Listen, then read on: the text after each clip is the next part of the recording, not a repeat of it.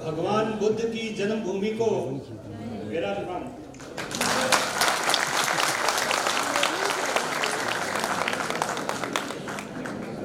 पशुनाथ की भूमि को मेरा नमन। हिंदी में बोलने से चलेगा ना? पूरा विश्व बहुत कठिन समस्या से गुजर रहा है। आर्थिक, सामाजिक, सैन्य, अद्वितीय समस्याएं हैं पूरे विश्व में। उनको सुलझाने के लिए हमको अपने उन आदर्शों पे लौटना होगा जो कि हमारे उपमहाद्वीप की पहचान है। हमारा उपमहाद्वीप, इंडियन सब कॉन्टिनेंट, वो पहचान है उसकी। जी हाँ, मैं बात कर रहा हूं इस उपमहाद्वीप के सांस्कृतिक और आध्यात्मिक आधार को, जिसके आधार पर कि ये पूरी सभ्यता बनी है, उन पर लौटना होगा। कुछ लोग सोचते हैं कि ये सब बेकार की बात है, it is not relevant. I have been practising it. उसका हम अभ्यास कर रहे हैं पिछले 40 साल से, गरीब लोगों के बीच में, गरीब महिलाओं के बीच में, and I find it absolutely relevant. पूरी तरह से हमको उन आदर्शों पे लौटने की आवश्यकता है और ये संभव है। It is practical, it is possible. इस पूरे 40 साल के अनुभव को मैं यहां आधे घंटे में पेश करने की कोशिश करूंगा।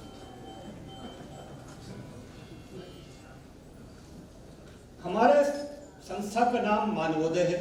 ये एक महान संत ऋषि नारदानंद ने दिया था। इसके माध्यम से जब हमने एक भारत में बहुत बड़ी कंपनी टाटा की नौकरी छोड़ दी थी और गांव में काम करना शुरू कर दिया था, तो उन्होंने आदेश दिया था, वरुण जाओ, तुम्हारा काम है मानवोदय। उस पर प्रयोग करते करते हम लोगों ने एक नया मंत्र पैदा किया। उसको भारत में कहते हैं स्वयं सहायता समूह। आपने सुना है ना? Self help group.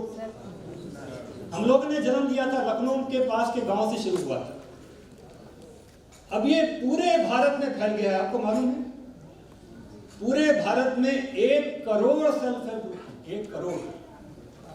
उसमें 10 करोड़ सदस्य हैं और 90% महिलाएं हैं। तो ये महिलाओं का आंदोलन है, पूरे भारत में फैला हुआ है। 10 करोड़ महिलाएं सदस्य। वो क्या आदर्श थे, वो कैसे हम लोग आगे बढ़ा रहे हैं, ये कहानी छोटे से में बताएंगे। उसका आधार है कि आर्ट ऑफ फैसिलिटेशन, किस तरह से कार्यकर्ता को, ये आप सब लोगों के लिए है। आप सब डायरेक्टर्स हैं, एक तरह से अपने आप को फैसिलिटेटर मान लीजिए, फैसिलिटेटर ऑफ चेंज। परिवर्तन लाने के परिचालक हैं आप सब। वो कैसे इस कार्य को आगे बढ़ा सकते हैं, हम आज उस पर चर्चा करेंगे, क्योंकि ये संभव है, करके दिखाया हुआ है। और इस कला को सीखने के लिए आज की तारीख में पूरे विश्व से लोग यहां पर आते हैं। यूरोप से बहुत आते हैं, अफ्रीका से बहुत आते हैं, लीडर्स आते हैं, इंटेलेक्चुअल जगत के लोग आते हैं, प्रोफेसर आते हैं, स्टूडेंट्स आते हैं। ज्यादातर तो हम भारत से, नेपाल से तो लोग बाहर जाते हैं ना सीखने। यहां तो वो लोग आ रहे हैं यहां पे सीखने। क्या आप जानना चाहते हैं कि इसमें कौन सा जादू है कि वो लोग बाहर से यहां सीखने आते हैं? आज हम उसको बताएंगे आपको कौन सा जादू है। प्लीज, ये हमारे गुरु जी हैं। 1984 में उन्होंने शरीर छोड़ दिया था। हमने इनसे दीक्षा ली थी। आप दीक्षा का मतलब जानते हैं? Formal transfer of energy. इनका एक मंत्र था, धर्म का अर्थ है जीवन में नियम और प्रेम। धर्म, इसका अर्थ है जीवन में नियम और प्रेम। धर्म का क्या नियम का क्या मतलब है, प्रेम का क्या मतलब है। ये जो बात है ये सहकारिता का मूल मंत्र है। सहकारिता का मूल मंत्र है। जीवन में नियम और प्रेम। याद रखिएगा, ये बहुत बड़े सिद्ध पुरुष का कहना है। करोड़ों में कोई एक सिद्ध होता है, करोड़ों में कोई एक सिद्ध से जानते हैं, सिद्ध जिसने पहचान लिया अपने आप, करोड़ों में कोई एक होता है। तो ये एक सिद्ध पुरुष का वचन है। नियम का क्या मतलब है, प्रेम का क्या मतलब है। आपने सबने पतंजलि का नाम सुना है? महर्षि पतंजलि जो 3500 साल पहले हुए थे, उन्होंने लिखा था पतंजलि योग सूत्र। हम बाबा रामदेव के पतंजलि की बात नहीं कर रहे। महर्षि पतंजलि जो हमारी सभ्यता का एक योगी है, उन्होंने सूत्र दिए थे और पहला सूत्र था उसमें नियम, और उस नियम के 5 सूत्र थे। नियम के 5 सूत्र थे। शौच, संतोष, तप, स्वाध्याय, ईश्वर प्रणिधान। शौच का मतलब सफाई, मन की सफाई। संतोष, कंटेंटमेंट, संतोषी है। तपस, जलना, इतना मेहनत करना कि जल जाए, तपस। स्वाध्याय, सेल्फ स्टडी, और ईश्वर पर विश्वास, भरोसा भगवान पर। विश्वास करिए, गांव-गांव में हम इस बात का प्रचार करें, गांव-गांव में। क्यों? क्योंकि हम लोग के, सब लोगों के यहां पर इतना सारा मैल भरा है, सिर में बहुत मैल भरा है। एक हम छोटा सा कहानी बताते हैं, समय कम है लेकिन जरूरी है बताना। एक बार स्वामी जी के पास हम उनके आश्रम में बैठे थे। आश्रम मतलब जंगल, सब कूड़ा, सब जगह पत्ते। एक मंत्री जी आ गए वहां।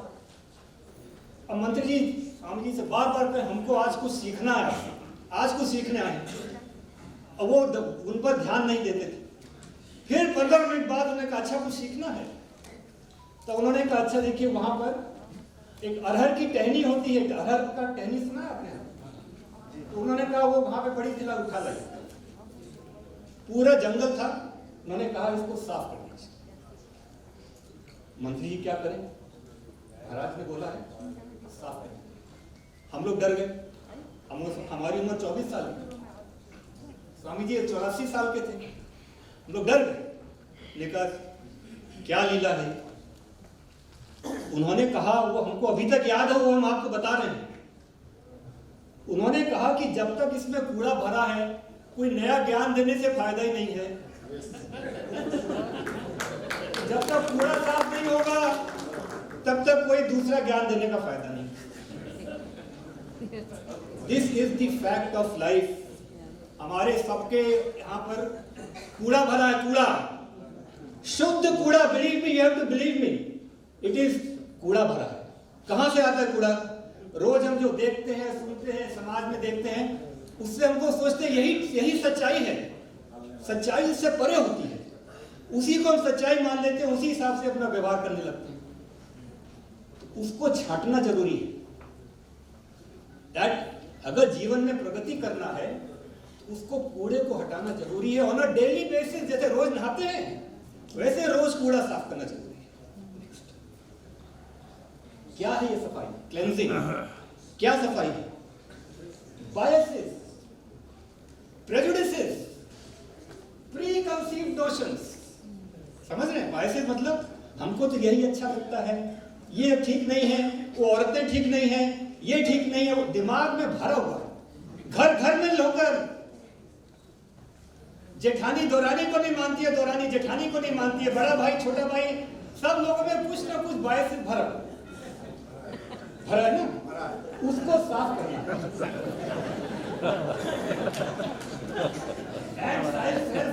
सेल्फ राइटियसनेस कि हम ही ठीक हैं, ये भी एक कूड़ा। हम ही ठीक हैं, जानते कुछ नहीं है, लेकिन इतना ईगो है कि हम ही ठीक हैं। सबको हटाना होगा एरोगेंस। हम इतना पढ़ लिए हैं, हम मंत्री हैं, हम ये हैं, हम डायरेक्टर हैं, ये एरोगेंस हटाना होगा।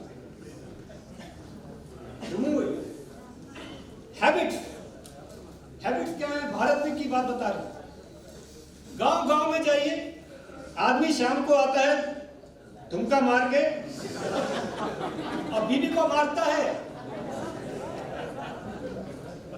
ये इस विकास की तरफ हमको जाना है क्या? क्या सहकारिता से इस विकास की ओर जाना है? लेके आओ दारू अब मारो बीवी को। Is that what you want to achieve? दर्द है हमको।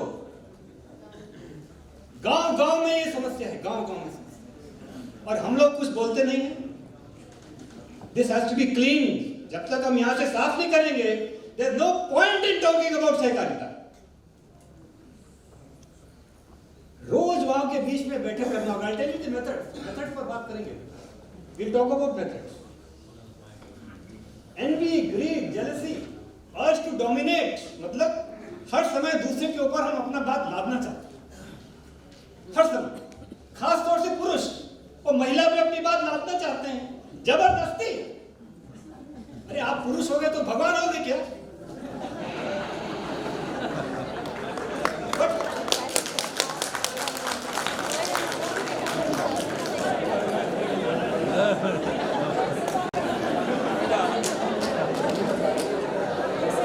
ये भारत की बात बता रहे हैं, आप लोग को अपना जजमेंट लेना।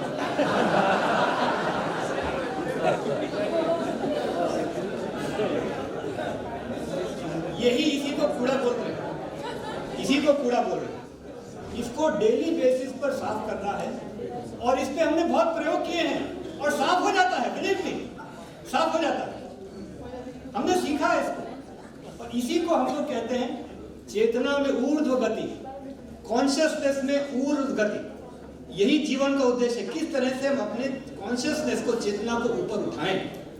सबसे पहला यही है कि हमारे अंदर तो सब कॉन्शियस में सब भरा हुआ है, इसको साफ करना है। आप जितना भी मेडिटेशन कर लीजिए, जितना भी जाके मंदिर में घंटी बजा लीजिए, अगर ये सब कॉन्शियस को साफ नहीं किया तो कोई फायदा नहीं है। हनुमान जी नहीं सुनेंगे बात। Believe me, it is true. इसको साफ करना ही होगा। दूसरा था नियम के बाद हमने खाली एक बिंदु लिया था, क्लेंजिंग। 4 बिंदु और है, समय नहीं है इसलिए हम कवर नहीं कर रहे हैं। 4 बिंदु और थे उसमें, शौच, तप, संतोष, स्वाध्याय, ईश्वर प्रणिधान। अभी सबको लेंगे तो पूरा टाइम निकल जाएगा। तो हमने दूसरा लिया है लव।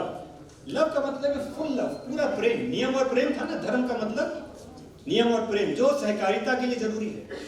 लव क्या है? When the heart is full of kindness, which seeks no injury to the other, either in act or thought, मतलब दूसरे को हम हिंसा नहीं देना चाहते, सोचने में भी हिंसा नहीं देना। That is love. ये हमको अपने आप को जानना होगा कि क्या हम वास्तव में इसको प्रैक्टिस कर रहे हैं। जब ऐसा करते हैं तभी हम इंसान बनते हैं, उसके पहले हम हैवान हैं। नहीं, जब तक हम दूसरे को उस निगाह से देखते नहीं हैं तब तक हम हैवान हैं। इसलिए अगर हम ऐसा धीरे धीरे करते हैं, this is something that has to be practice in incremental steps. ये धीरे धीरे प्रैक्टिस किया जा सकता है, एकदम से ओवरनाइट कुछ नहीं होता है। धीरे धीरे उसको प्रैक्टिस करना होता है, और इसी को योग बोलते हैं। Yoga is something that is to be practised in steps. धीरे धीरे धीरे धीरे आगे बढ़ना होता है, रोज थोड़ा थोड़ा बढ़ना होता है। हम लोग थोड़ा सा कोशिश करेंगे इस आधे घंटे में कोशिश करने की। नेक्स्ट, दूसरा मंत्र सहभागिता का, सहकारिता का दूसरा मंत्र त्याग और सेवा। ये मंत्र है बहुत बड़ा सहकारिता के लिए, त्याग और सेवा। हमने अपनी जिंदगी में किया, इसलिए बोल रहा हूं। इंजीनियरिंग करने के बाद, बहुत बड़ी तनख्वाह लेने के बाद टाटा मोटर्स ने वहां से रिजाइन कर दिया, स्वामी विवेकानंद की बात सुन के, कि असली काम तो सेवा का होता है। जिंदगी में अपने लिए किया तो क्या किया, सब लोग अपने लिए करते हैं। अगर थोड़ा त्याग नहीं करेंगे तो सहकारिता में दम नहीं आएगा। सेवा भी करनी होगी, सेवा करने के तरीके अलग हैं, त्याग करने के लिए भी तरीके अलग हैं। हम लोग अब उसकी बात करेंगे। हाँ, और को दिलू से, और को ओके, और को दिलू ना।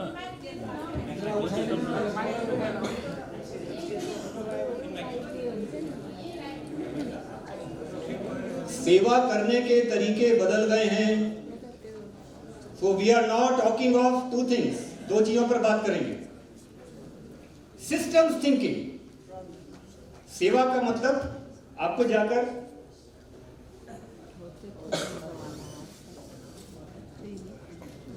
दूसरे का भला ऐसे नहीं हो सकता।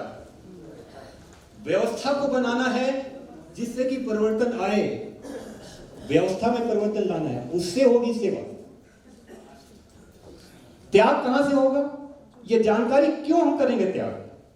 ये चेतना में ऊर्ध्व गति से ही त्याग कर पाते हैं। जब हमारी चेतना का विस्तार होता है, when there is widening of consciousness, only that leads to renunciation। तो हमारा जीवन का यही उद्देश्य होना चाहिए, किस तरह अपने चेतना में विस्तार करें। और ये संभव है, हमारे ऋषि मुनियों ने हजारों साल से सिखाया हुआ है।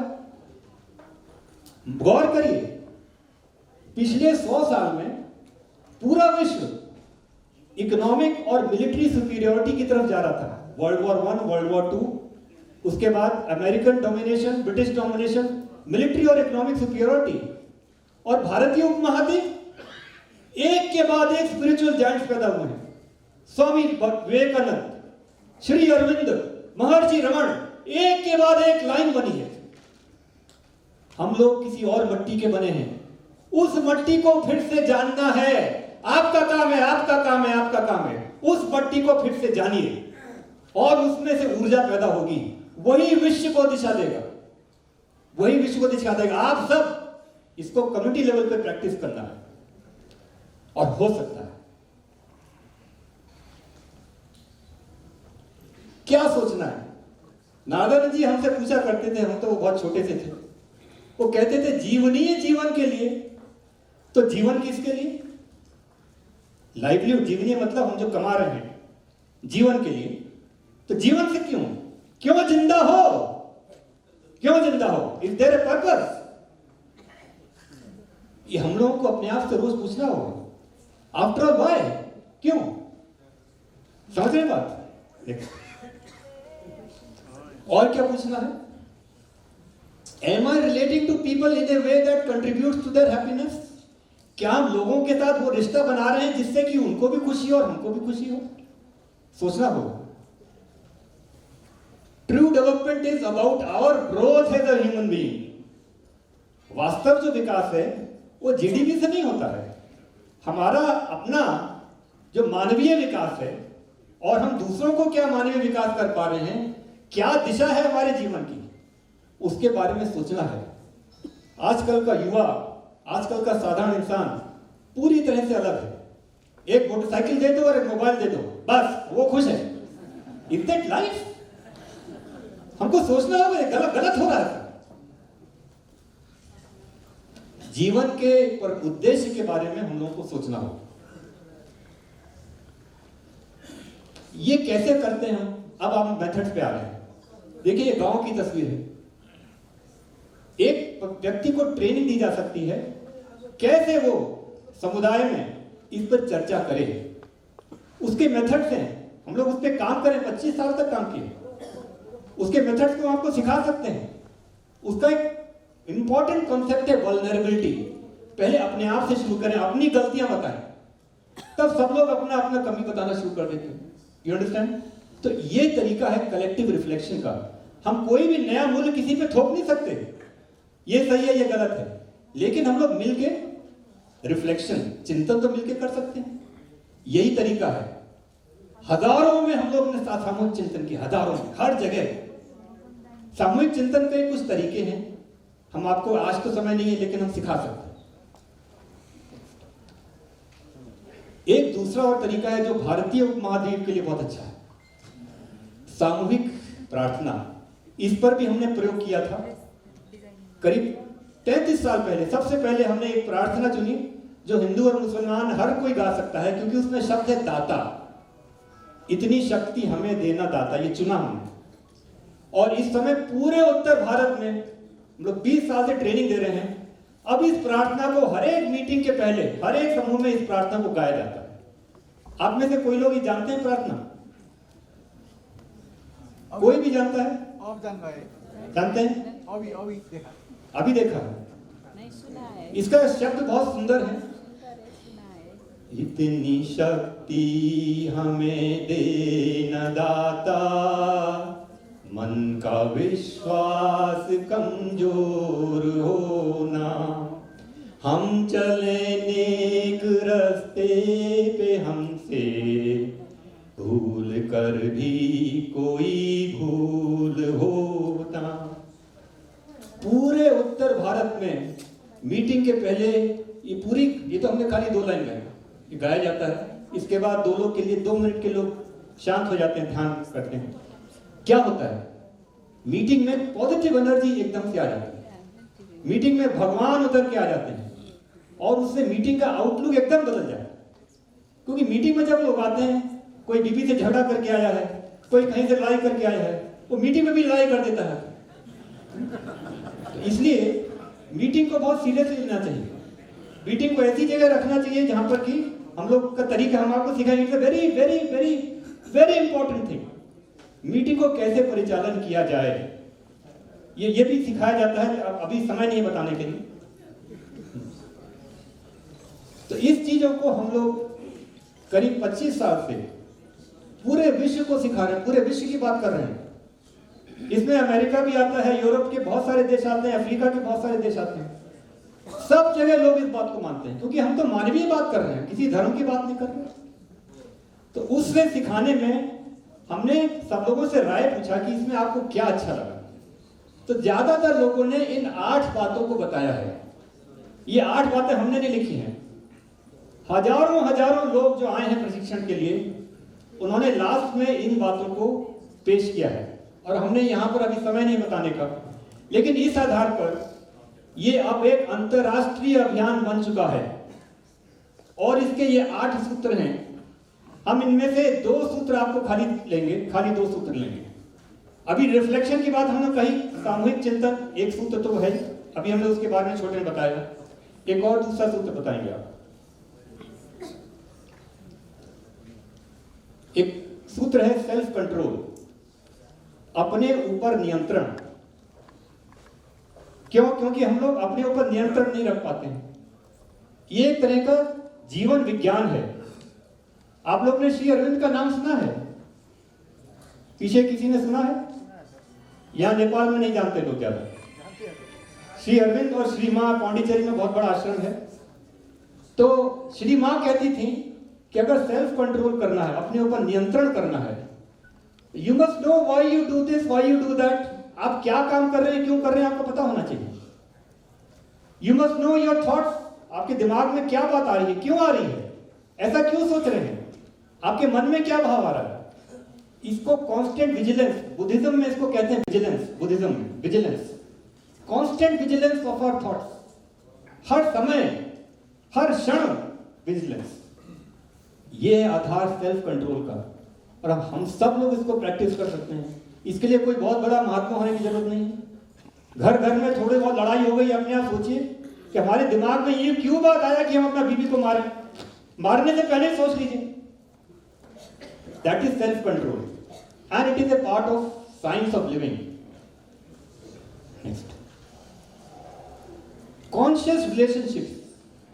रिश्तों में बहुत सुधार की जरूरत है और उसको शुरू किया जा सकता है। यह हम आप सब लोगों को बता रहे हैं। रिश्तों में सुधार के लिए घर से शुरू करिए। हम करते हैं। हर एक पुरुष को घर का सारा काम करना चाहिए, बर्तन भी मांजना चाहिए, खाना भी बनाना चाहिए, झाड़ू भी लगानी चाहिए, सब करना चाहिए।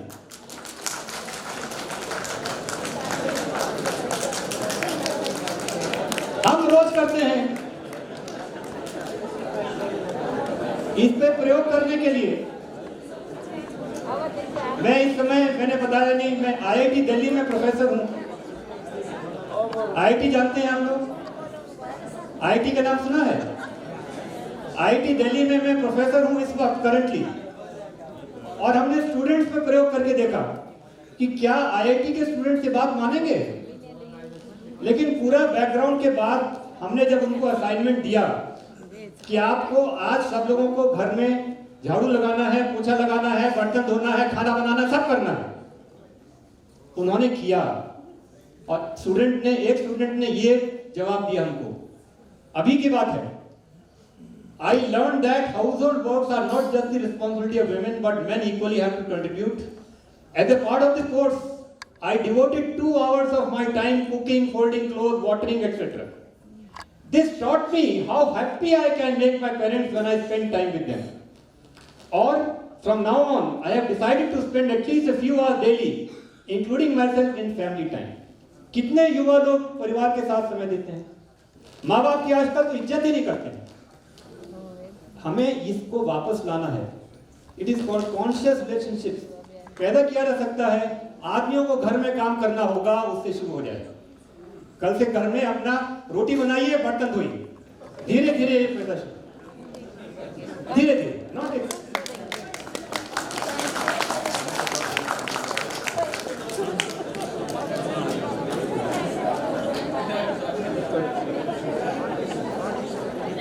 ये तो हिंदी का फोन था, आया नहीं।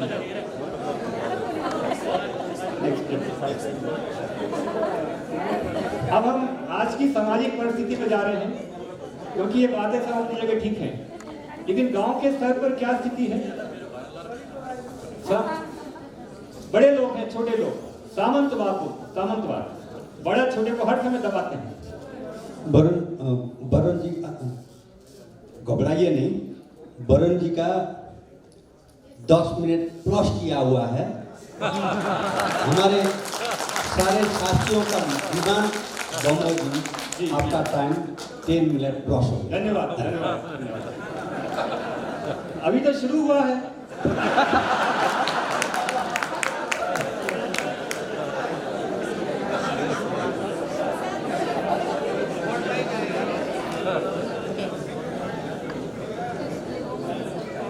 तरह तरह के झगड़े हैं।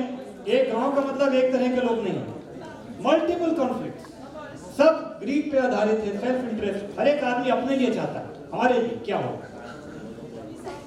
इलिटरेसी, हमारे सभ्यता में ज्यादातर लोग अशिक्षित हैं, पढ़ नहीं सकते। जेंडर इम्बैलेंस हम बता ही चुके हैं आपको। महिलाओं पे हर समय अत्याचार हो रहा है। आज की तारीख में ये सत्य है, सत्य आज की तारीख। ऐसी परिस्थिति में सहकारिता में हम आगे कैसे बढ़ें? What are the issues here? Basically हम जहां भी जाते हैं हम कहते हैं कि पहले अपना विजन, दूरदृष्टि पहले क्लियर करें, दूरदृष्टि। और प्रोसेस पे काम करना जरूरी है। प्रक्रिया क्या होगी? Process, it is very important. अगर दूरदृष्टि क्लियर नहीं होगी, प्रोसेस ठीक नहीं होगा, तो हम नुकसान ज्यादा करते हैं, फायदा नहीं करते, नुकसान करते हैं। अभी मैं आपको एक बात बताता हूं। अभी हमको इथियोपिया में वहां सिविल वॉर चल रहा है, वहां पर ट्रेनिंग देने गए थे, वहीं गए थे। मेकेले टाउन है, बहुत दूर दूर से औरतें आई थी। वहां पर पहले दिन के क्रम में हमने उनसे पूछा कि हम लोग चाहते क्या, इस ट्रेनिंग से, बैठक से क्या चाहते हैं? तो कोई कुछ बोलता है, कोई कुछ बोलता है, सब महिलाएं अलग अलग हैं। मैंने कहा नहीं, पहले एक गोल क्लियर करना जरूरी है, तभी हम आगे बढ़ सकते हैं। फिर भी कोई नहीं, कोई कुछ बोलता है, मैंने कहा नहीं, पहले एक गोल तय करिए।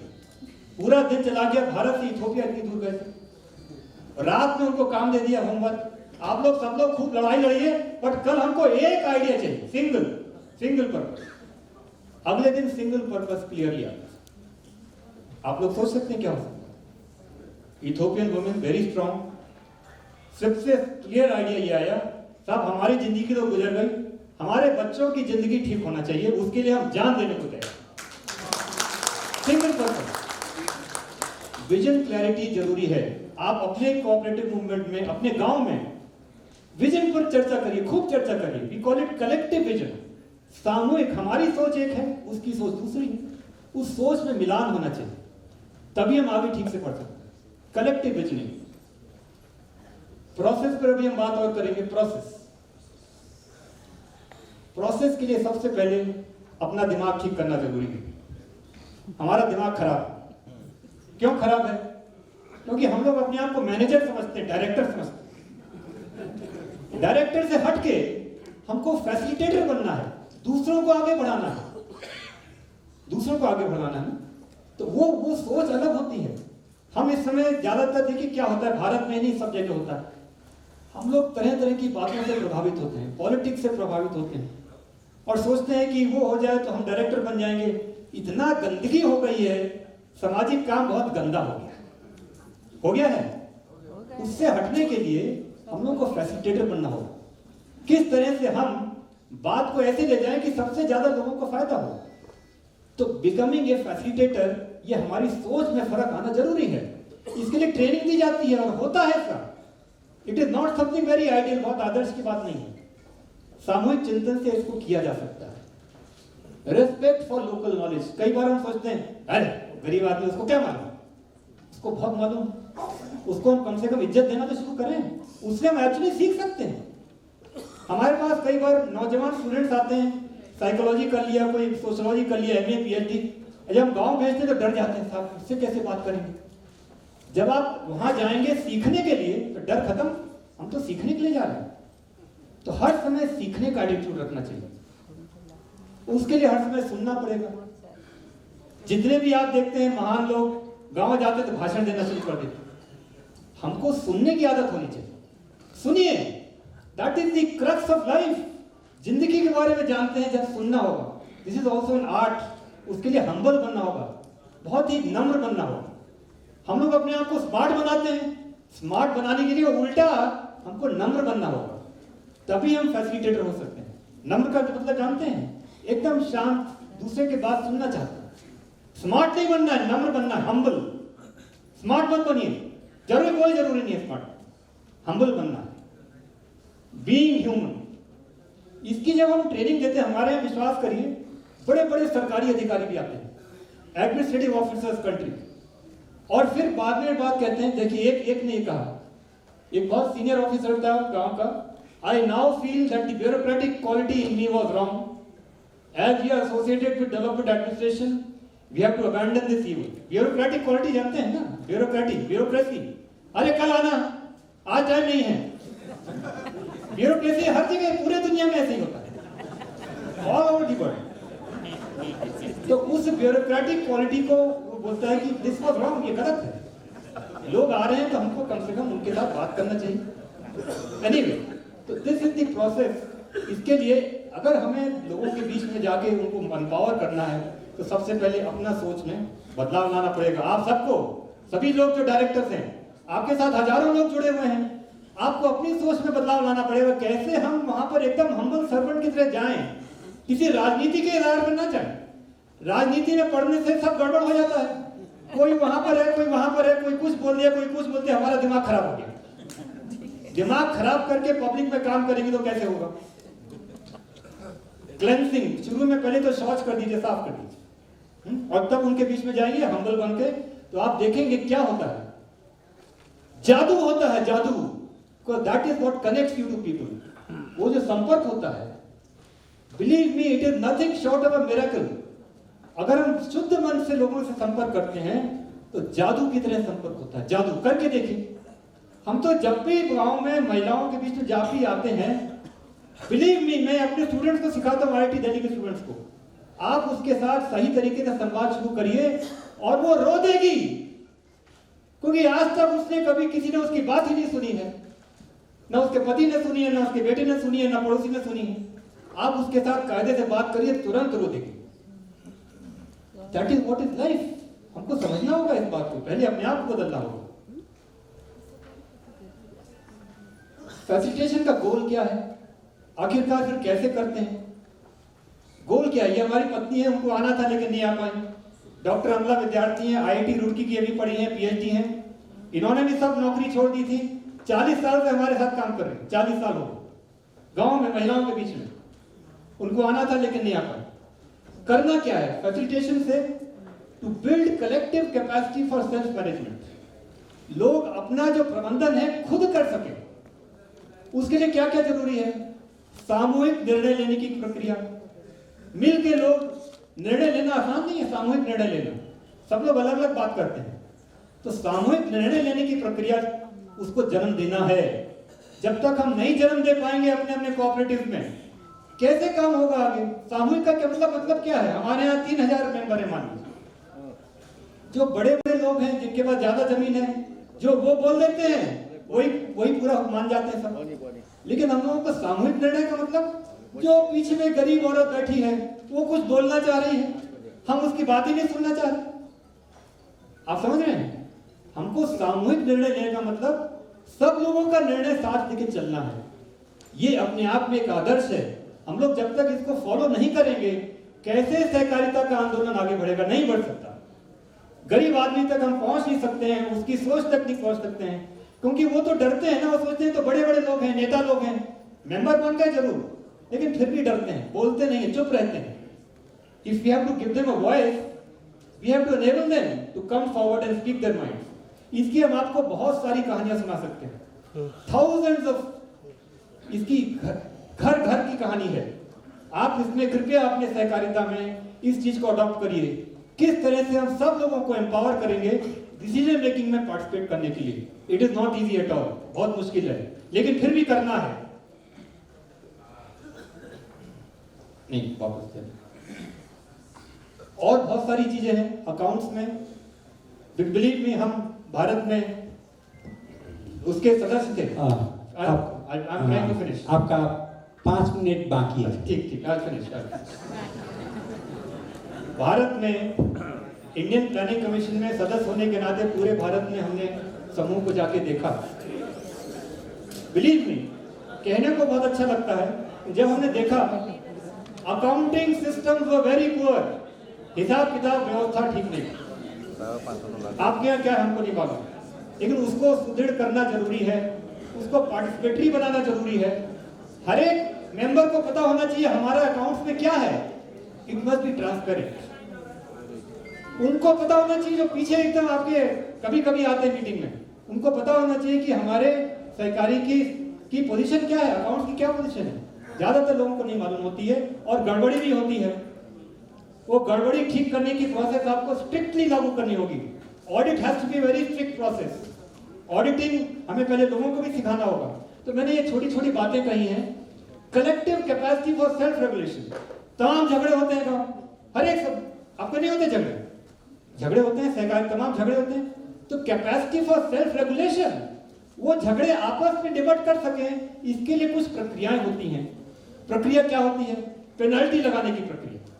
लोग मिलके पेनल्टी लगाते हैं। हमने तरीका से बनाया है, सारे लोग मिलके तय करते हैं क्या पेनल्टी होगी। अगर वो ऐसा करते हैं तो हम लोग पहले से ही तय कर लेते हैं। अगर वो मीटिंग में लेट आते हैं तो 10 रुपया पैसा लेके आना, पहले से बता दिए 10 रुपया लेके आएंगे। तो पेनल्टी का सिस्टम एक बनाया जाता है, एक कैपेसिटी फॉर सेल्फ रेगुलेशन। सोचना होगा आपको और उसको लागू करना होगा। लोन की रिकवरी एक बहुत बड़ी समस्या है, हर जगह है। लोन की रिकवरी के लिए भी पहले से सेल्फ रेगुलेशन प्रैक्टिसेस पैदा करी जा सकती है। ये एक लंबा विषय है, मैं तो इसका मास्टर हूँ। एक क्रेडिट मैनेजमेंट का एक बहुत पूरा लेक्चर देख सकता हूँ एक दिन के लिए, लेकिन ये लोग खुद करें वो इम्पोर्टेंट है। और उस चीज को हमको देखना है सहकारिता में, उसको कैसे लाएं। लोग खुद रिकवरी करें, लोग का हमें बाहर से करने की जरूरत ना पड़े। और तमाम और बातें, हम तो खाली सेल्फ रेगुलेशन की बात कर रहे हैं। The important thing is this can be learned. इसको सीखा जा सकता है, इसको ट्रेनिंग देके, व्यवहार के द्वारा, भाषण देके नहीं, ले जाकर दिखाकर इसको सिखाया जा सकता है। This can be learned. पूरी बात को, वो जो जीवन की जो बातें हैं और व्यवहारिक बातें हैं, सिस्टम्स को भी और कॉन्शियसनेस को, दोनों को सीखा जा सकता है। और जैसा हमने अभी बताया था, इसको लेकर, क्योंकि हमारे पास इतने सारे रिक्वेस्ट आते हैं, अफ्रीका से भी आते हैं, देशों तमाम, अभी केन्या से अभी हमने ऑनलाइन कोर्स कर दिया था उनके लिए। और इतनी गरीबी थी वहां पर, सब एकदम खुश हो गए। उन्होंने कहा कि हमको आज तक किसी ने बताया नहीं। We have to create opportunities. एक अवसर पैदा करना होगा कि साधारण लोग इसमें सहभागी हो सकें और इसको सीख सकें। हमने इसके लिए ही एक मिशन बनाया है, इसको और कोर्सेज बनाए हैं, to be the change and the change maker. ये कोर्स का नाम है। अपने में परिवर्तन और दूसरे में भी परिवर्तन लाना। पहले अपने से शुरू करना होगा। अगर अपने से शुरू नहीं कर रहे तो दूसरे में परिवर्तन का कभी ख्याल न करिए।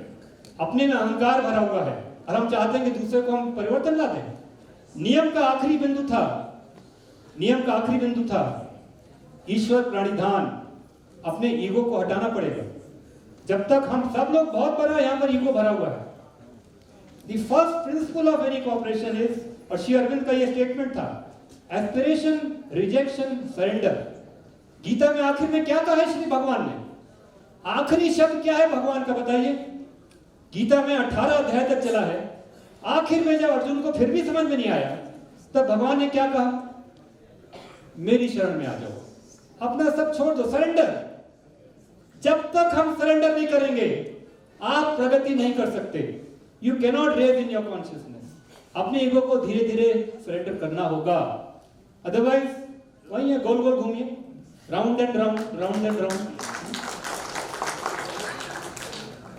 धन्यवाद।